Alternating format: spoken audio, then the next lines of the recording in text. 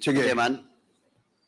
Yeah, Before we rule with with the the... indulgence of Congressman Akop, because there was a motion that the chair and the committee was about to rule. Now, because of that, there are interjections. And because there are interjections from the co-chairs, we would like to entertain first before we rule. Now, in this case, Congressman Paduano, and then Congressman Dan Fernandez, and then Congressman Ace Barbers. Okay, is that yes, Congressman Paduano? Thank you, Mr. Chairman. Ganito lang po, Mr. Chairman, why I moved to issue a show cause, but I don't have any debate with regards to the possible amendments to my motion with regards to show cause order for Attorney Delgra. But remember, Mr. Chairman, that we have already sent 2 invitations. This is the second hearing that we invited the former president. And the first invitation was answered by Attorney Delga, no, for on behalf of the President, in the absence of that authority being requested by this committee through this representation during the last hearing. Now, Mr. Chairman, looking at the answer, looking at the reply of Attorney Delga on the first hearing, well, in fact, Mr. Chairman, naglulukuhan tayo dito. Why? Why? Because the first reply made by Attorney Delgra representing the former president is that the excuse is that the former president needs much rest, and assured this committee that he will be present in the next hearing. At the same time, he has a specific date, Mr. Chairman, given to this committee through this letter, after November 1.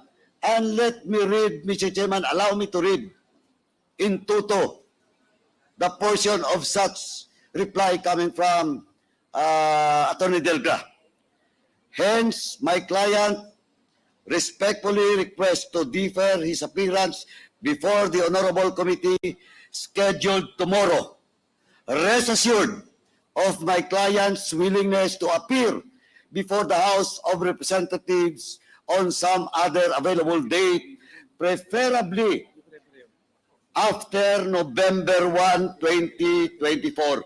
And for the record, Mr. Chairman, the invitation that was sent to the former president and was answered by Attorney Delga was before the presence of the former president in the Senate. And he has promised us, this committee, through his letter, that after November 1, he will be present in today's hearing. Ano to? Naglulukuhan tayo dito? Well, in fact, I will not discuss and argue with our colleague, Congressman Kit Flores, with regards to the content of this second letter. But, malinaw po, Mr. Chairman, na naglulukuhan tayo dito. Naglulukuhan tayo dito because the first letter promised us that he will be present after November 1. Kung hindi tayo naglulukuhan dito, eh ano? Natatakot siya? Na pumunta dito? That's why, Mr. Chairman, that's why my first motion was to issue a show cause order for Attorney Delga to answer both letters. And, Mr. Chairman, and I would like to reiterate once again that we should invite again the former president to be present in the next hearing. Mr. Chairman. Thank you, Mr. Chairman. Thank you, Congressman Mr. Chair. Paduano. Mr. Chair. As I promised, Congressman Fernandez, and then we will rule on the motion. Okay. Mr. Chairman, Congressman Akop. Mr. Chairman, there are 3 reasons mentioned by Attorney Delgra in consultation with the former president para hindi po siya umattend ng ating pong hearing. First, binanggit po niya yung pangalan ko at binanggit niya yung pangalan ni Chairman Abante. Nag-prejudge na po kami doon sa mga binanggit niya po doon sa Senado, and citing some provision of Republic Act 9851, particularly Section 6 on the willful killing. And with this, Mr. Chairman, we are being accused that nabahidan ng prejudgment. yung mga issue that he mentioned. With that, Mr. Chairman, para lang po mawala na tong issue to. Again, Mr. Chairman, I'm willing, this representation is willing to inhibit myself in asking questions with regards to this willful killing. And I hope that my co-chair here, Chairman Abante, will do the same in relation to the first issue that the former president, with consultation of his lawyer, cited in this letter. Secondly, that's the reason why we asked the presence of Colonel Grijaldo to be here, because he accused us of coercion and harassment and threats. And that's the reason why we are questioning, yung mga medical certificate that he submitted to this Congress. We wanted that the integrity of this Quadcom will be cleared eventually. And with that, Mr. Chairman, eradicating the coercion and harassment and the threats that he accused us, then the reason for the President not to attend on this Quadcom will be eliminated. Thirdly, Mr. Chairman, the only last reason that he mentioned in this letter is all the questions were already answered in the Senate. And that is not true, because we have a lot of 20,000 questions that we wanted to ask him. And with this, Mr. Chairman, yung pong reason niya for not to be here is not acceptable. So, Mr. Chairman, I believe that my position, in trying to inhibit ourselves, in this investigation pertaining to the number one issue that he mentioned, and also with the issue of Colonel Grijaldo, we will comply with the mandate of this Quadcom to inhibit ourselves and be a part of the resource persons that will be questioned by the members of this Quadcom. Thank you, Mr. Chairman. Thank you, Congressman Dan Fernandez. Now, Congressman Ace Barbers. There was a motion earlier that the committee invite Attorney Mr. Chairman, you are recognized. Thank you. That Attorney Delgra, being the counsel of the former president, be invited in the next hearing. And we direct the committee secretariat to take note of that and send the invite in the next Quadcom hearing to Attorney Delgra. Any second? Julie seconded. Any objections? I object, Mr. Chair. May I know what is the objection of We Congressman? will get nothing from him, Mr. Chair. He always just gonna say is that is what my client said. So that's the end of it, Mr. Chair. 1 minute suspension.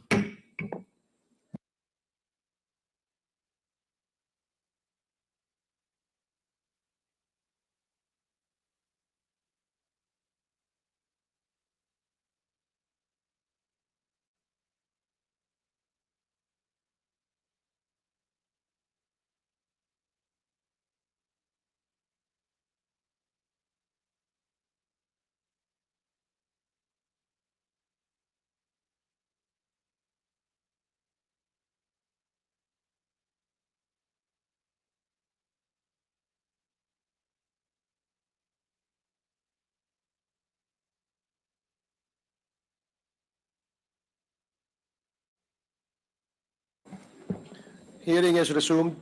Mr. Chair, Let me just state parliamentary inquiry. Let me just state the parliamentary status before we went on recess. The parliamentary status is that we are approving and voting on the motion by Congressman Acop to invite Attorney Delgra, being the lawyer and counsel of the former president.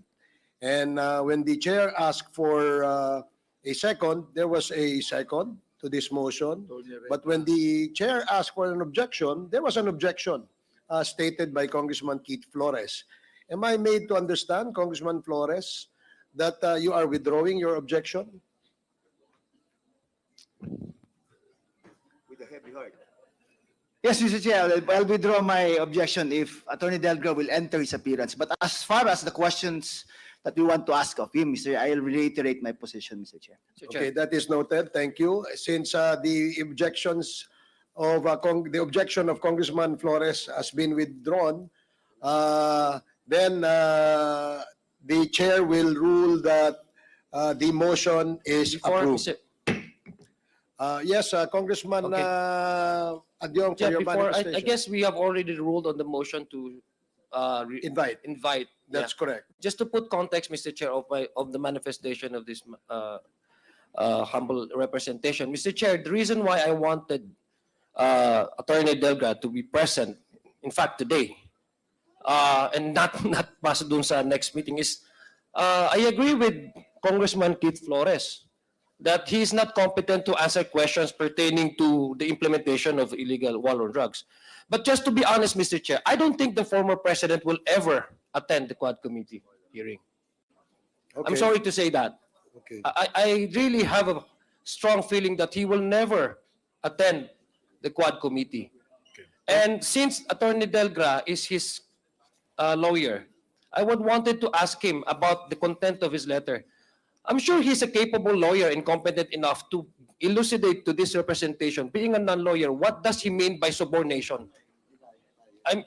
Because Yes, that's one of the allegations. Number two, Mr. Chair, I also wanted to ask Attorney Delgra, which part of the testimony of his client in the Senate during the committee hearing, which portion of it is joke and which portion of it is true?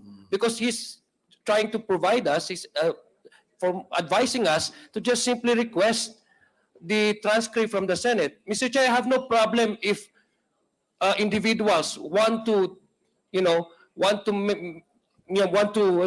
make other people laugh all the time. I have no trouble with that. If you want to turn yourselves as clowns, that's your business, that's your concern. But not at the expense of serious issues, not at the expense of the collateral damages, the innocents who have died during the course of the illegal war on drugs. Okay, thank you, That's Congressman my only Adyong. point, Mr. Chair, that I'd like to manifest. Yeah, Thank you very your much. observation is noted, and we will consider discussion on that particular observation when we come to that at the proper time. Thank you, Mr. Chair. Thank you for your manifestation. Now,